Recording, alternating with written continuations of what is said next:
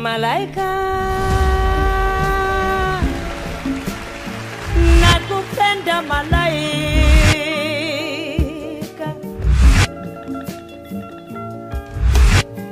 malaika nakupenda malaika. Nazali de sango makasi po je dois tout la pesinga nzela to bana bongo malaika acteur mokola lelo mbote na bino bisika bozali pe merci pour la fidélité na bino to fongoli yango na sango ya président Félix Antoine Tshisekedi Tshilombo kuna na Okatanga na Kipushi epai wapi akendaki bongo ko inaugure bongo Kipushi Corporation ezali bongo usine moko ya munene ya transformation ya zinc. Bota symbole ezali ya makasi na geste oyo président Félix Antoine Tshisekedi Tshilombo a relancé kibongo officiellement production ya zinc na entreprise minière Kipushi Corporation kiko na mokuse oyo ezali à 30 km ya Lubumbashi sima ya 33 ans ya inactivité mine ya munene ya Afrique centrale ekomi opérationnel grâce ya partenariat kati na Jekamine na Ivanoe mine gisement ya Kipushi ezongeli bongo masolo na yango na kati ya échiquier international tango ekomi sika ya production constat oyo ezali bongo oyo président Félix Antoine Tshisekedi Tshilombo asalaki elongo na première dame na ba officiel ebele na visite guidée 45 000 tonnes ya zinc ezali kosala na sanza nyonso tu pe 540 000 tonnes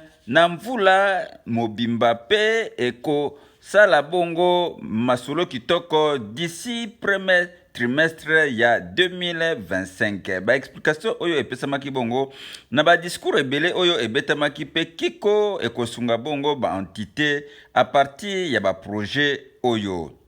Cette activité va créer beaucoup d'emplois et cet emploi sera, je dirais, offert aux communautés locales. Donc là, c'est un élément très important. Mais également sur les aspects de maximisation de recettes, nous pouvons assurer que cette usine payera les droits et taxes qui doivent être faits et cela va contribuer davantage au niveau du budget national. Espoir ya Kipushi ezali vraiment na Kipushi Corporation yango esali bongo mobilisation ya événement oyo pe population ezalaki na sengo komona président Félix Antoine Tshisekedi Tshilombo pona ko remercier ye na masolo ya matérialisation ya projet oyo pe bakominyaki bongo na stade ya Oya epai wapi masolo ebetamaki. Je redis ici ce que j'ai dit hier.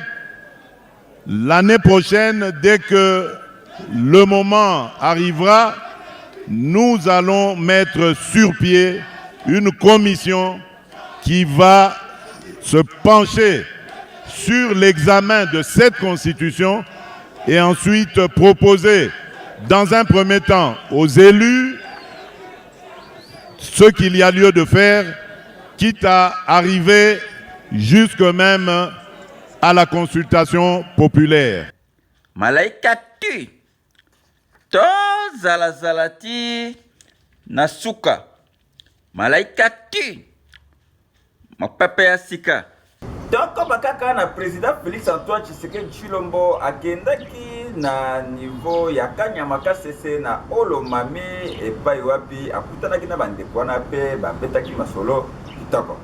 Holland Kanyama Kasese ezali esika oyo agriculture ezali kosalema makasi oyo ezali na 20 étendu ya bilanga ya masangu ya 5000 hectares pe bazali kobokola bongo bangombe ebele oyo ezali première phase agro-pastorale ya président Félix Antoine Tshisekedi Tshilombo oyo ezali ko s'implanter bongo na ba province ebele ya République démocratique du Congo oyo ba bâtisseur ya service national bazali kosala pona sécurité alimentaire ya population ya RDC. Président de la République akitaki kuna mokolo ya lundi 18 novembre 2024 pour la visite de travail pe inspection ya programme oyo ayambama kibongo na aéroport na commandant ya service national général Jean-Pierre Kasongo Kabwike na ba notable pe ba autorité ya Olomami lokola gouverneur Banza na ba membre ya gouvernement oyo bazalaki bongo wana cortège e bimaki na aéroport pe e kendaki bongo na centre ya encadrement pe instruction oyo ba bengi bongo na kombo ya président Félix Antoine Tshisekedi Tshilombo oyo ba kuluna ebele bazonga batu sima ya koyokola bongo ba métier.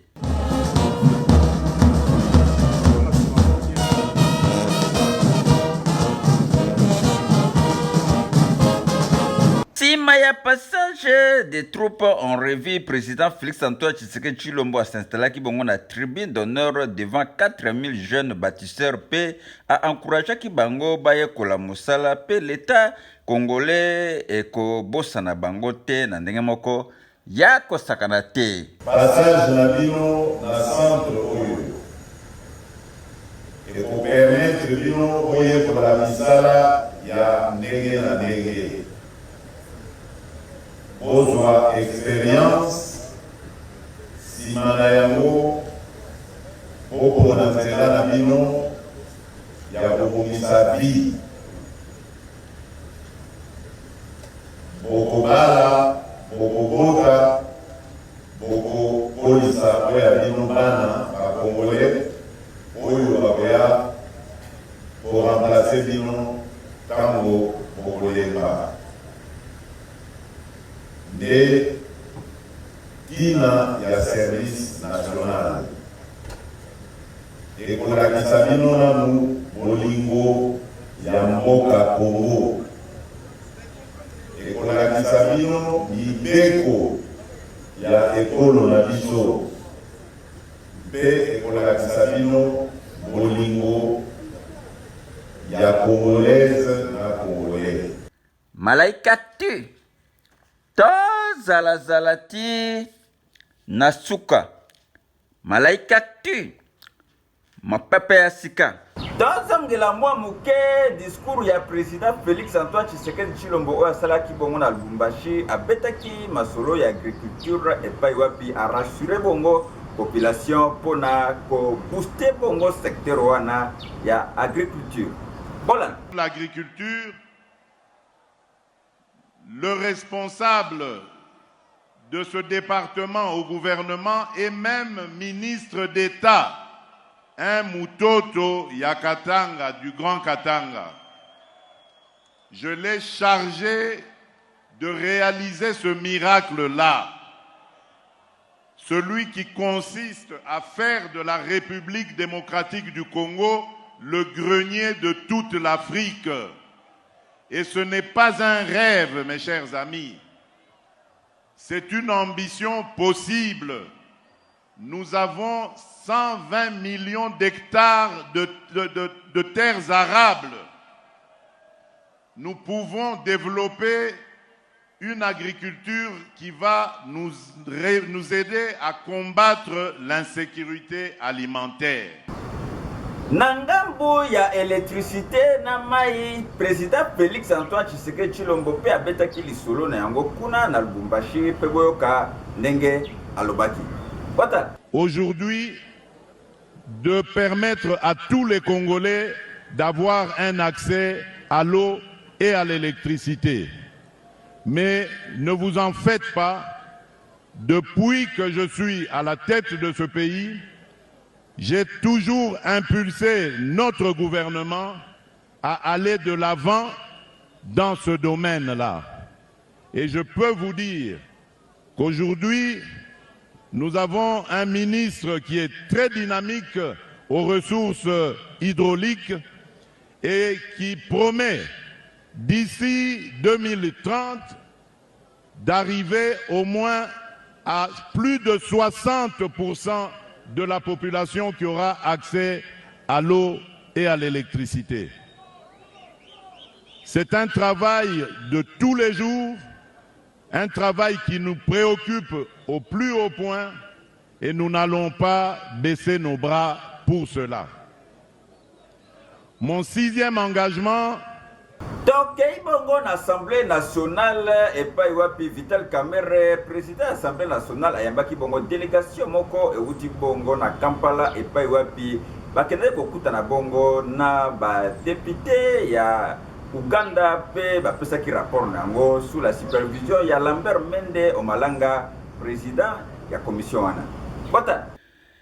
Mission parlementaire ya Assemblée nationale ya RDC ezalaki bongo na Kampala pona kobeta masolo na ba autorité politico-administrative ya Uganda pona renforcement diplomatique pona kimia kati na bikolo mibale. Délégation oyo ekumamaki bongo na Lambert Mende oyo ba participaki bongo na mission oyo basalaki na awa na Kinshasa rapport na bango mokolo ya mardi 19 novembre 2024 et pas Vital Kamerhe, président de l'Assemblée nationale, Yambo Basala Yango Bongo na plénière. Ce qu'on peut retenir, c'est que nous avons de part et d'autre conscience du caractère stratégique des relations qui doivent exister entre les deux parlements, dans la mesure où, en dehors de la Zambie, qui enjambe plus ou moins aussi le sud de notre frontière, l'Ouganda est le pays qui a la plus longue frontière avec la République démocratique du Congo et que cela confère à nos relations avec ce pays un caractère stratégique dans la situation de déstabilisation actuelle que nous connaissons suite à l'agression injustifiée que nous subissons de la part d'un autre pays frontalier pour faire en sorte que nous puissions ensemble étudier les voies et moyens de ramener la paix et la convivialité dans la région des Grands Lacs. Un MOU sera certainement signé dans les prochains jours entre le président de notre Assemblée nationale et la speaker du Parlement ougandais pour formaliser cette collaboration qui va s'établir dorénavant entre les deux chambres législatives des pays frères que sont la République démocratique du Congo et l'Ouganda. Mission oyo ezalaki parlementaire oyo basololaki bongo na ba commission affaires étrangères pe défense et sécurité ya parlement ougandais yango ba yambamaki bongo pe na président ya assemblée nationale ya Uganda oyo alobi ete akokita mikolo mikoya na Kinshasa pona kokutana na Vital Kamerhe homologue na ye ya République démocratique du Congo. Yambo batika bongo Kampala délégation oyo ekumamaki bongo na Lambert Mende honorable ekutanaki na président Yoweri Museveni oyo azalaki très satisfait na visite oyo na ndenge moko ya kosakana te. Malaika ti to zalazalati na suka. Malaika ti mopepe ya sika. Plénière moko esalamaki na Assemblée nationale et pas wapi bamfitaki bongo ministre ya mine Kizito pe na sima na yango président Vital Kamerhe ayambaki ambassadeur ya Chine pe babetaki masolo ya coopération diplomatique. Voilà. Kolandisa mabongo na question orale avec débat oyo honorable Trésor Mutuki asalaki na ministre ya mine Kizito Vital Kamerhe affichaki bongo du fait que ba site minier ebele ya este ya République démocratique du Congo ezali bongo exploité illégalement na ba entreprise chinoise oyo gouvernement a identifié te. En tout cas, ministre ya mine a annoncé qui mise en place ya commission moko gouvernementale associée na ba élu mikolo mikoya pour être enquête ya makasi et Salama. On vient de nous décrire ici la présence des Chinois dans tous les sites. La présence même des Somaliens. Quand vous quittez Bunia, vous allez à Kisangani par route, vous allez être scandalisé. Mais malheureusement, sous la protection des éléments et de la garde républicaine et des forces armées de la République démocratique du Congo et de la police. Dans les Haut-Katanga, là, c'est devenu carrément la règle. Il y a même des généraux qui donnent des autorisations d'accéder dans les sites miniers. Comment voulez-vous que ça avance? Na nsima ya plénière Vital Kamerhe akutanaki bongo na ambassadeur ya Chine oyo asaluaki bongo bonne relation diplomatique kati na République démocratique du Congo pe Chine. Question de l'existence des explorations illicites des mines par secteur ressortissant chinois. Je profite de cette occasion de sensibiliser les ressortissants chinois, les compagnies chinoises, de respecter les lois et recommandations congolaises, mais en même temps, nous souhaitons également que la partie congolaise pourrait les encourager, les accompagner dans leurs investissements au Congo, de bien protéger leurs droits et intérêts, bien sûr, dans le cadre des lois et réglementations congolaises. Malaikati to zalazalati nasuka malaikati mapepe ya sika to sukisa bongo na Vital Kamerhe epai wapi ayambaki bongo Matata Mponyo Augustin honorable ancien premier ministre pe babeti masolo pona kotala lolenge kani akosisa bongo insalubrité wana ville province ya Kinshasa. J'ai été moi-même chef du gouvernement et j'ai suivi de près cette question de la propriété de la ville de Kinshasa.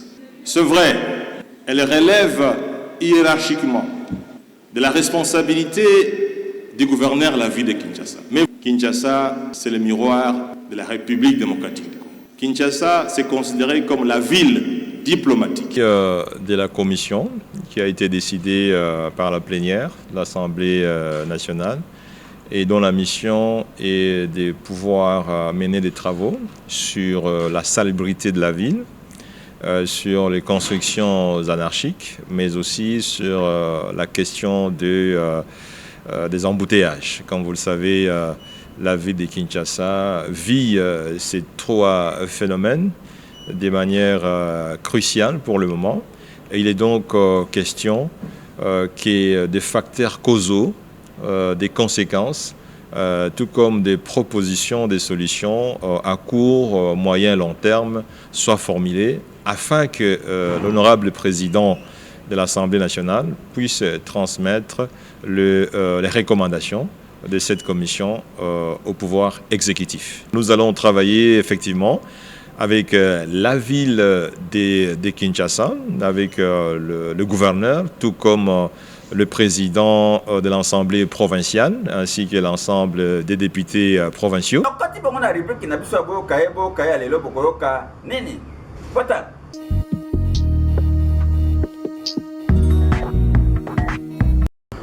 Mbote na bino bana Kinshasa, merci na bino pona yebite bozali belé pona kozela bongo rubrique na biso boyo kaye ya lelo te ko beta bongo masolo ya constitution ya République démocratique du Congo débat wana ezali ko salama mikolo nyonso na ba etando na biso na ndenge moko ya kosakana te epai wapi mutu na mutu azali kopesa point de vue na ye po tozali libre, tozali ba congolais, na mutu azali na droit ya koloba eloko ya moni oyo kosunga mboka. Biso pe toye lelo ko beta lisolo na yango na ndenge moko ya kosakana te. Masolo ya débat oyo to moni ete bandeko ya opposition baboyi ba changer constitution, baboyi ba réviser constitution. Na ngambu mususu président de la République tango akendaki bongo na Kisangani boyo masinga mwambe abetaki pe lisolo na yango epai wapi azali ko proposer pe basala bongo révision to pe changement ya constitution kasi na batu nyonso wana bangambu nyonso wana ezala côté ya présidence ezala na ngambu ya opposition mutu na mutu azali na ba raison na ye azali ko pesa pona ko changer to pe ko réviser constitution na ndemo ko sakana te po bandeko ya opposition bazana ba raison na bango ba lobby ete tozali na état de siège tozali na état ya guerre bako ko changer en moté kasi na ngambu mususu ya bandeko na biso ya o bazali na pouvoir ba lobby ete ezali na biloko mo ebele na kati ya constitution il fallait ba changer yango biso toye ko pesa conseil na bakanya so na mibale po biso tozali apona ko finga mutu te ko critiquer mutu te kasi pona ko pesa bongo conseil.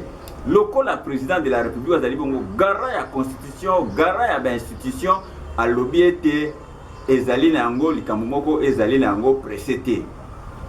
Ezali na yango précédé, ezali na yango pe urgence te na minute oyo. Yango a lobby ke ako convoquer bongo commission moko na année prochaine pona batala makambo wana. Kasi soki siko basali bongo commission wana lokola ya zali tata lokola ya zali mokondi ya mboka ya biso nyonso tu ezala bato zali na opposition ezala bato bazali bongo na pouvoir Fachi Beto président de la République Mukwantombolo yene azali bongo président ya République démocratique du Congo ya biso nyonso na yango tolobibo soki ba convoquer yango bino nyonso bokende bopesa ba point de vue na bino comme ça ba kotala bisika nini ekosala ke ba changer yango to pe ba réviser yango ba réviser constitution bokozwa compromis ensemble pona mboka etambola malamu bino ba tuzali ko diriger mboka bozali muke kasi biso to tikali tozali bato ebele oyo tozali bongo na kati ya mboka oyo bozala wana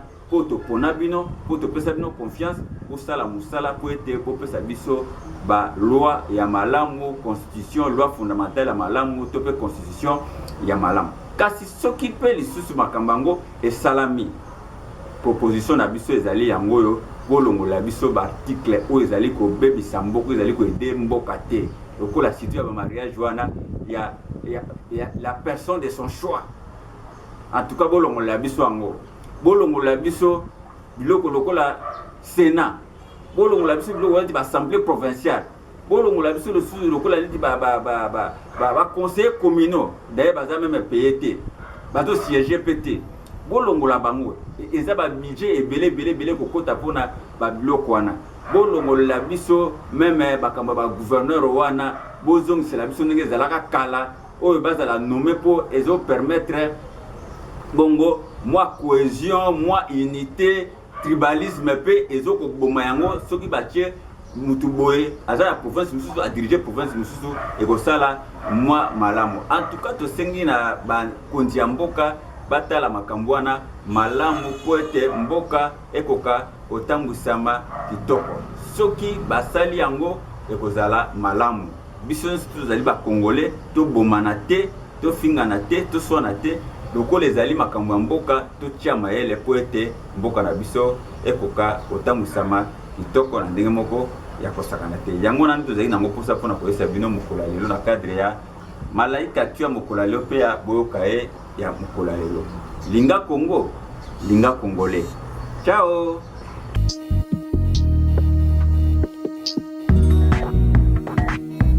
Tobeki bongo pasteur Timothée Moshi abetela biso masolo ya découvrons la Bible.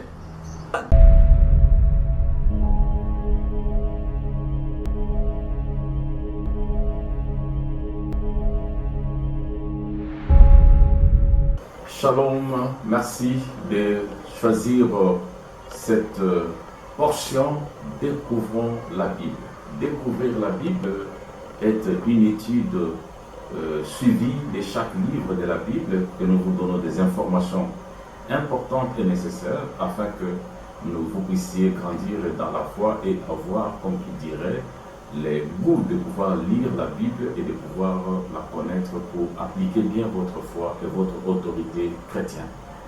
Après avoir étudié le prophète âgé, la gloire de la seconde maison et puis sera plus grande que la première, voici aujourd'hui le livre de Zacharie. Ne confondez pas Zacharie avec celui du Nouveau Testament qui était le père de Jean-Baptiste, mais ici c'est le prophète.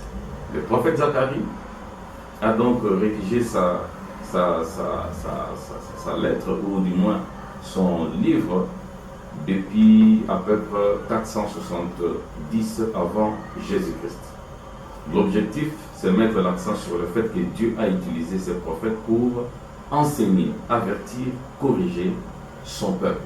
Lorsqu'on dit Dieu a utilisé son peuple et ses prophètes pour enseigner, ça veut dire en quelque sorte que par l'enseignement, l'on prophétise. Par la correction ou l'avertissement, l'on prophétise. Donc ça c'est un autre chapitre, ou du moins c'est une autre portion que nous devons savoir que la prophétie n'est pas tout simplement la prédiction, mais aussi la prédication. Oh, ça c'est merveilleux. Alors, quels sont les versets clés de ce livre ici? Dis-leur donc, ainsi parle l'Éternel des armées, revenez à moi, dit l'Éternel des armées, et je reviendrai à vous, dit l'Éternel des armées. Zacharie chapitre 1, verset 3. Ce message peut aussi s'adresser à tout le monde aujourd'hui, chrétiens et non chrétiens. Revenez sur l'amour, le premier amour que vous avez eu pour Jésus, et revenez sur Dieu qui vous a créé, et revenez à moi, et je reviendrai à vous. Plusieurs sont allés plus loin de Dieu, pas seulement par des pratiques obscènes, des pratiques mauvaises, des pratiques ésotériques, mais plusieurs sont allés aussi en dehors de Dieu en recherchant beaucoup plus la gloire de ce monde au lieu de rechercher l'intimité, la connexion, la relation avec Dieu. Zacharie dit, revenez à moi, dit l'Éternel des armées, et je reviendrai à vous, dit l'Éternel des armées. Un autre verset, Zacharie 9, 9, sois transporté dans les grosses filles de Sion, pousse des cris de joie, fille de Jérusalem. Voici ton roi, viens à toi, il est juste et victorieux. Il est humble et monté sur un âne plutôt, sur un âne, le petit d'une ânesse. Mais qu'est-ce que nous pouvons retenir de Zacharie? Comment il préfigure le Christ. Les prophéties concernant Jésus-Christ et l'ère messianique plutôt sont nombreuses dans les livres de Zacharie. Ça commence par la promesse que le Messie viendra et habitera au milieu de nous, en passant par les symboles du germe, de la pierre, à la promesse de sa seconde venue, où ceux qui l'ont percé tourneront leur regard vers lui et pleureront amèrement sur lui. Donc, qu'est-ce que nous voulons dire? Nous voulons dire que dans les livres de Zacharie, nous avons plusieurs prophéties qui concernent le Christ qui viendra habiter parmi nous, Emmanuel, le Christ qui est symbolisé par les germes, le Christ qui est symbolisé par la pierre, mais aussi l'on trouve que Zacharie parle de la seconde venue de Jésus-Christ et que tout le monde les verra, même ceux qui l'ont percé. Zacharie chapitre 12, verset 10. Christ reste le thème du livre de Zacharie. Jésus est donc le sauveur d'Israël, une source dont le sang couvre les péchés de tous ceux qui viennent à lui pour recevoir les saluts. Le germe germera en son temps, en son lieu.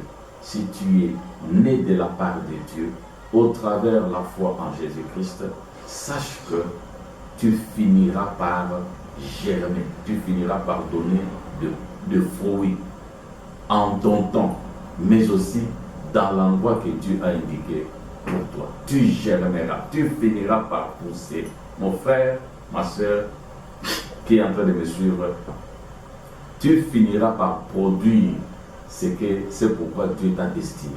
Tu produiras la joie, tu produiras la prospérité, tu produiras la longévité, tu produiras des miracles que Dieu a destinés. Parce que les germes germera en son temps. Même si les autres ont germé avant toi et que tu vois les fleurs et que tu vois les fruits, ne t'en fais pas. Tu es en alliance avec Dieu, tu es germe comme Jésus. D'ailleurs, la Bible nous appelle des chrétiens, comme Christ. Nous germerons comme lui, tu germeras comme lui. Tiens bon jusqu'à ce que le Seigneur lui-même détermine les temps et que ces choses se passent. Que Dieu vous bénisse.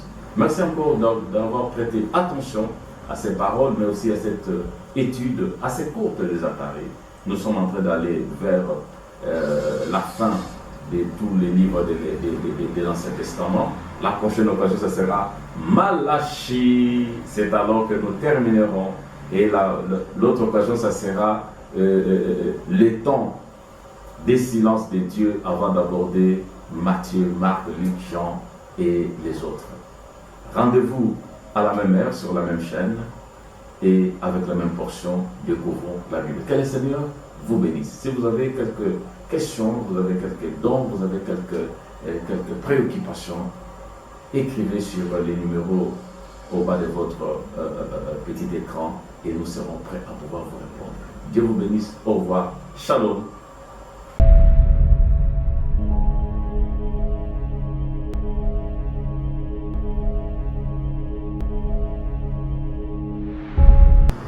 au monde découvrons la Bible, c'est que malaika actuel c'est l'impact d'idéologie de Jamikolo Oyo linga Congo, linga Congolais, linga Congo, to boy balkanisation, to boy division, to boy tribalisme na mboka na biso linga Congolais.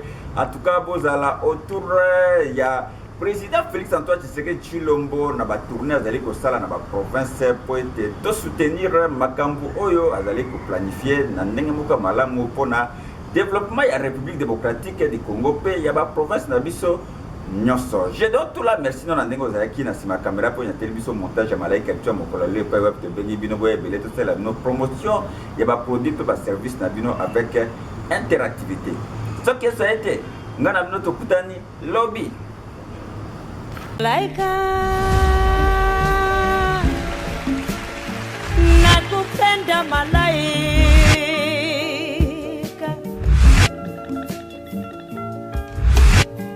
malaika